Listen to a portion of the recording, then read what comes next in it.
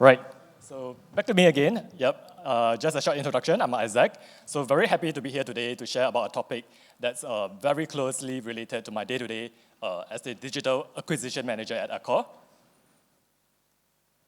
So this will be the topic for our session today. I would like everyone to first take a moment to register the statement that you see on screen here. Search engines are no longer just about keywords. They are becoming intelligent, conversational, and personalized. The two keywords here are conversational and personalized.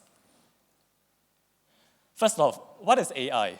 I'm pretty sure most of us here know what AI is. It has been the hot keyword, the hot topic that everyone has been discussing about. In fact, even in today's discussion at the roundtable earlier, AI is pretty much everything nowadays.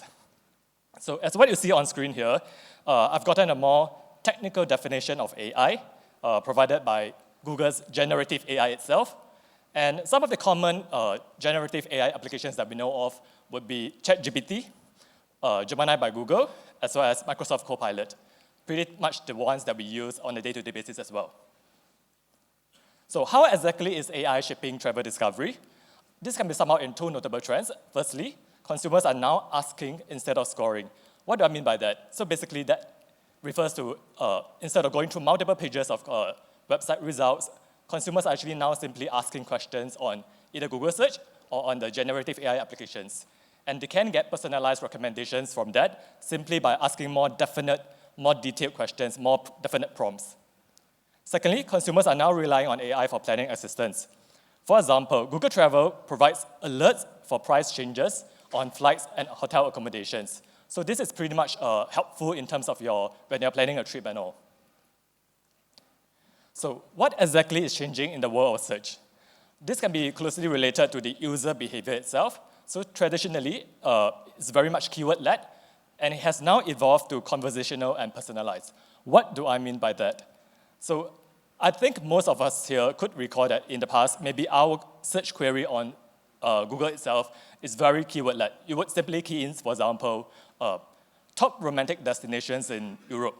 And thereafter, you will look through the multiple results page, and you start going through the pages and pages of results and looking for the information that we require. So it takes time, it takes effort, right? But in today's context, in today's instance, it becomes much simpler in a way. You simply ask a question on ChatGPT or even on Google Search itself. If you phrase your keyword, if you phrase your sentence as a question form, so that's where you will trigger the generative AI and you'll get a personalized recommendation. So it becomes like a conversation, a two-way conversation between the user and AI.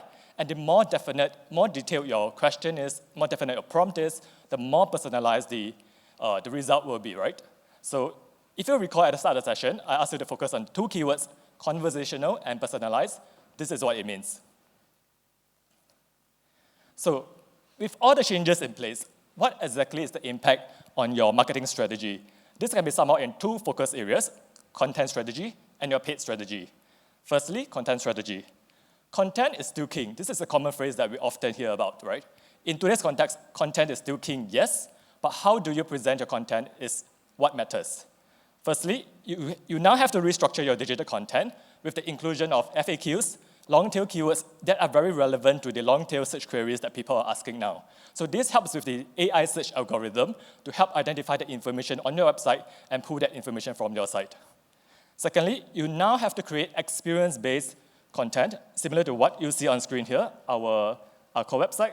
For example, best friendly hotels in Bali, or even simply destination content on exploring top visit spots within Chiang Mai. So this helps to draw the site the traffic to your site. Moving on, so what is the paid strategy for you to adopt? Firstly, you have to now ensure you are present and visible on AI discovery platforms such as Google Search and Maps. Make sure that you have the right information, the updated visuals, the right details all uploaded, and that helps to, in terms of the AI search algorithm, to help to pull the information that they require. Secondly, you have to leverage AI-powered solutions to help with your performance marketing campaigns to achieve the scale and the cost efficiency for your campaigns. So what are two AI-powered search solutions that you could possibly consider? Firstly, Google Performance Max. I think we hear this very often, Google PMax, Performance Max. This is a very common hot term nowadays.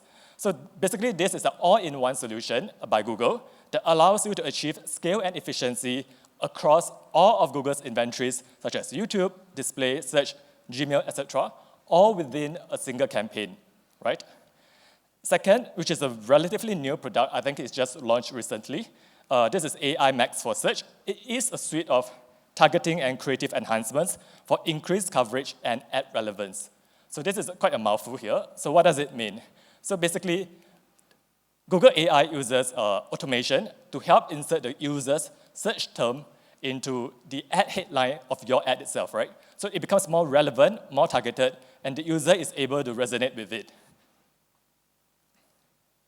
So I mentioned about Google PMax earlier. So how it works is basically you have a single set of creatives. You have videos, you have images in different formats, different sizes. You have headlines, you have descriptions, short headlines, long headlines, descriptions and all, right? Basically, you upload them onto Google, and you allow Google AI to optimize the ad delivery to high-intent audiences who are able to convert, who are likely to convert. So this is part of the AI algorithm. Right, so two key takeaways from the session. Firstly, content is king, but adaptation is key. Like what I mentioned, you have to make sure that your content is now adapted to suit the AI search algorithm. Secondly, you have to embrace and adopt AI-powered solutions as what I've shared earlier. That's all for my sharing. I think we have now Charline on stage.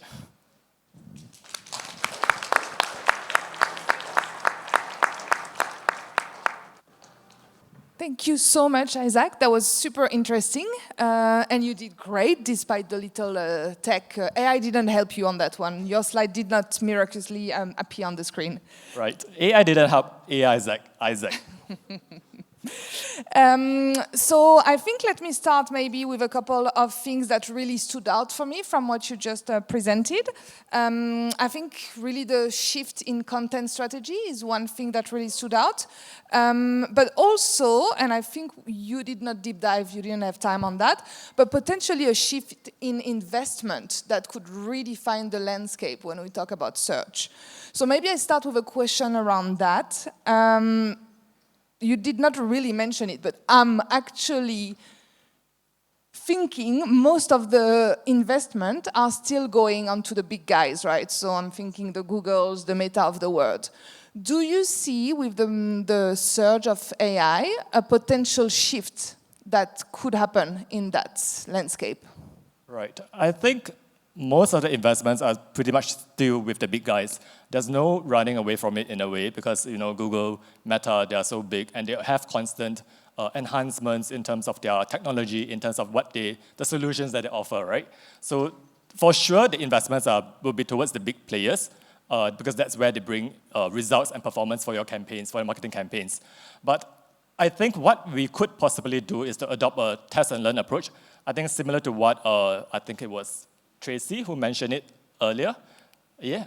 So it's about making sure that you adopt the mindset to make sure that you test and learn and yeah, that's you can possibly make sure that you within your marketing budget you allocate, say for example, a fixed percentage. I would say 10%.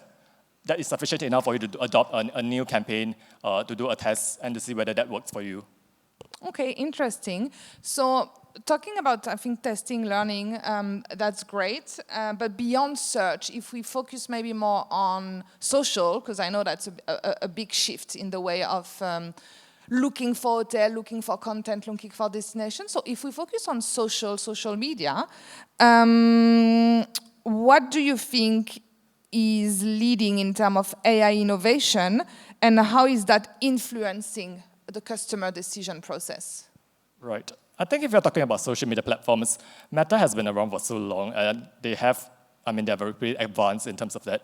But what really impressed me was actually TikTok. So over the years, I think we have seen how TikTok has grown in terms of the search algorithm, in terms of how they actually understand how the machine learning happens to make sure they understand your preference, your intent.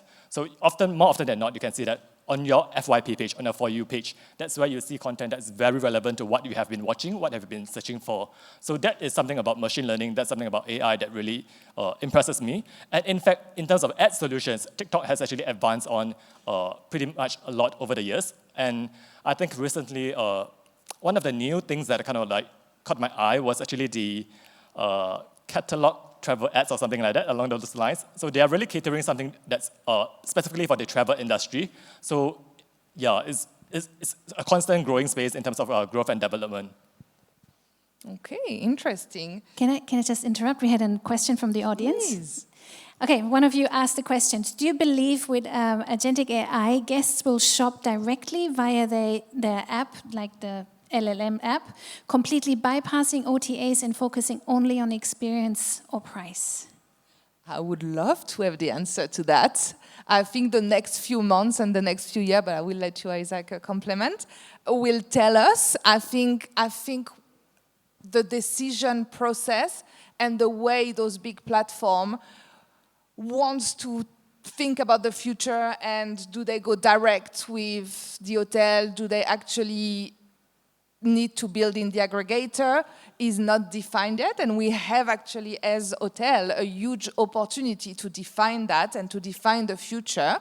At the moment, it's still a blank page, I would say. Izaac, anything on your side? Yeah, this was actually part of the conversation that we had with Google recently. So I think what was shared with us is they are also looking to, in terms of the commercial space, how do they work around that? How, do they work with hotels directly, or there's a lot of questions and pieces that need to consider before they develop the solution itself. Yeah, and it's really an opportunity that I think now we know as hotelier that we might have missed those opportunities in the past, and I think we've learned from those, maybe not mistake, but the fact that we were not ready from a technology perspective for some of those, internet revolution. I think we are ready now for the AI revolution, and we need to have those big conversations with the Google of the world, but not only, with those new platforms as well. So I think for me that's a key opportunity. Excellent, thank you. Please continue your conversation. Thank you. I think you were talking about test and learn and social and investing some of the budget. But what about hotel, like more independent hotel that have maybe more limited budget? Is there anything that they should prioritize when it comes to AI? Anything that is worth testing and wouldn't, take on the entire yearly budget, for example? Right. I think everyone here has a limited budget, so it's a matter of how you actually use it. And for hotels, and I mean independent hotel chains and all, the more limited the budget is, the more you have to make sure that you place your investments in areas that gives you the highest returns. So I'm a strong advocate of PMax itself. So PMax has been proven to give us the scale and the cost efficiency in terms of our campaigns. So the more limited the budget is, you make sure that you invest in, say for example, PMax, that gives you the highest returns. And they also help you ensure that you have the right level of scale and coverage for your, say your hotel terms, your hotel brand terms. Yeah. Okay, interesting. So everyone can do it. It's just about prioritizing where you put your money like it was before. Yes, that's okay. right. Well, we were talking about all of those big platforms, those big guys. So they've been all in on AI for a long time now. But is there anything that they're doing or that potentially you're doing with them that is really worth mentioning today in the conversation? As in AI-powered solutions, Charline? Yeah. What are Google, Meta, all of those guys doing AI-wise that you think we can learn from? Right. I think it's about the constant test and learn approach that they're going with as well. So when they first launch a specific product, I don't think they are definite and ready in particular. So when we first launched our PMax campaign, that was part of the pilot test. Together with Google as our direct partner, that's where we went on a discovery journey with them, right? Yeah. Thank you. I don't know if we have any other question from the audience, but maybe I wanted to talk a bit more about personalization. You used that in your presentation, I think. So personalization has been a keyword, a buzzword, depending on how you act on it, for many years now, but it's becoming even more prominent, I would say, with AI. So is that actually changing? Like, how is AI changing the way we look at personalization? And does it have an impact on the way we advertise, so on the paid side of things? And can you give us a sense, maybe, of concrete example of personalization? Right. I think as a performance marketer, any form of retargeting is a form of personalization itself, right? So if we retarget you, it means that we are retargeting you based on your past user behavior, based on your past search behavior. So that's a form of personalization. But if you're talking about AI-powered personalization, I think one of the possible examples that you could consider is the AI Max for search, the new product that I mentioned earlier. That offers a certain degree of personalization in the sense that whatever that the user searches for, the search term itself, becomes part of the ad headline. So that is more relevant to the user. It draws between the user point of view versus the business point of view. You make sure that it's relevant and targeted to the user, that the user can resonate with. Question of audience. What are your thoughts about keeping digital marketing in-house versus outsourcing and leveraging expertise? What are your thoughts on that, in-house and outsourced? I think that's a great question. They've always have phase in the life of a company where you're testing one or the other model. It's like everything. I think like anything in life, it's about finding the right balance. You definitely need in-house expert. I think you were touching base on that this morning, not specifically for digital, but across each of the segment in your discussion. So definitely in-house expert is very important because you will need agency, you will need to externalize some of it, but you need to have the expertise in-house to challenge those agencies, to push them forward, but also to understand your business model in the eyes of a digital marketer. So for me, it's finding the right balance. Yeah, just to complement to what Charline mentioned, the point of view is very different versus an agency versus a business standpoint, right? So the agency helps you to roll out the campaigns in terms of the execution work. They run the campaigns, they set up the campaigns and all. But in terms of the strategy piece, in terms of the business point of view, what is your commercial target? What is the key objective that you're trying to get from the campaign itself? That has to come from within the business, and nobody knows the business more than an internal person does. Thank you for that. Really insightful. Appreciate the thoughts. I have different views, but... Oh, please come join us. No, Seriously. I think from an expertise perspective, again, we're hoteliers. We're not experts in that field, and it's just so hard to keep up sometimes that I'm personally more of the let's outsource some of the stuff that we don't know or don't do well and focus on customers. That's my view. Or let's hire the right skill set, which I think was discussed this morning. But Yeah. a balance, Agree to disagree. once again. We have I'm talking from experience, right? Our team are too small to manage, like you said, all of the innovation. However, having people in-house that are aware of that knows the hotel business model, that are conscious of how things work in an hotel and how to adapt it, and then even just brief an agency to understand that. Agencies sometimes can be a bit disconnected from the reality of the business. That's true. Yeah, and just to add on, I think maybe to just share from personal experience. So I came from a hotel background as well, so I started at the hotel level. And even during my academic days, the digital marketing didn't even exist. The only thing that they mentioned in the textbooks and all was just social media, and it's just about content. There wasn't even a paid element. And through the years, even if I work at hotel level, eventually moving on to regional level, so that's where you adopt the open-mindedness to learn and make sure that you have the technical skill sets. So for myself, that's where over the years I do hands-on experience in terms of running the campaigns and setting up the campaigns. And through the years, you build on that technical experience and knowledge. And that's where you keep up to date with the different learning platforms, making sure that you are keep informed on the new tech enhancements out there in the market, that you could possibly bring that topic back to your agency and say, look, I know that there's this new solution. Is that something that we can try? And how much do you think that's going to help us drive in terms of incremental results? Well, I'm glad that your textbook had social media. Mine did not, clearly. I think I exposed my age here, but okay, yes. Thank you so much, Charline and Izaac. I think you have to leave, unfortunately, but... Can I just touch back on one last topic that I think please. would be interesting?